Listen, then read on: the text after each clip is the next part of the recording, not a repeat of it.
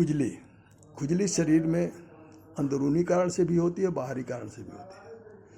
अंदरूनी कारण वाली खुजली तो डॉक्टर वैद्य दवा से ठीक करते हैं, लेकिन बाहरी कारण से अगर खुजली है तो दवा से नहीं ठीक होगा, चाहे कितना भी दवा कीजिए। डॉक्टर के पास अधिकतर लोग जाते हैं बिना कारण, बिना सोचे समझे तुरंत चले जाते हैं, डॉक्टर को बता देते हैं कि ये हुआ, वो दवा लिख देते हैं।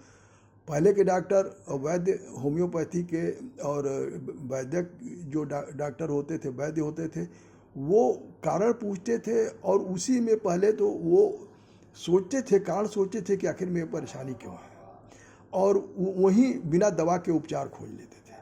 लेकिन आजकल ऐसा नहीं है, जो आप बताएंगे उसकी दवा लिख देंगे, पता चलेगा कि वो जो बीमारी नहीं वो पैदा हो जाएगी। तो ये मेरे पैर में खुजली होती थी, और मेरे पैर में खुजली होती थी तो वो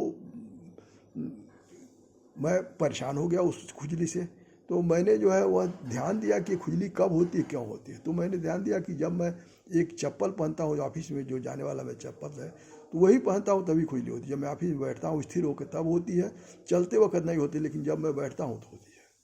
तो मैं ऑफिस में काम कर रहा था, डिस्टर्ब कर रहा था, तो मैंने चप्पल निकाल के मैंने देखा तो उसमें ऊपर एक लोहे का बटन था जो अंदर से खोखला था, उसमें खटमल भरे थे। तो मैं कारण समझ गया दुकान से मोमबत्ती लिया, मोमबत्ती जला करके उसके टपका करके उसका होल बंद कर दिया। उसके बाद खुजली बंद हो गई और वो परेशानी दूर हो गई। अगर मैं उसको न ध्यान देता तो डॉक्टर से दवा कराता और पता चलता कोई दूसरी बीमारी पैदा होती। तो कहने का मतलब है कि अगर हल्की फुल्की कोई भी परेशानी है तो पहले ध्यान दीजिए अपने अगल बगल अपने परिस्थितियों को। हो सकता है कि उसकी कारण पता चल जाए तो दवा नहीं कराना पड़ेगा। धन्यवाद।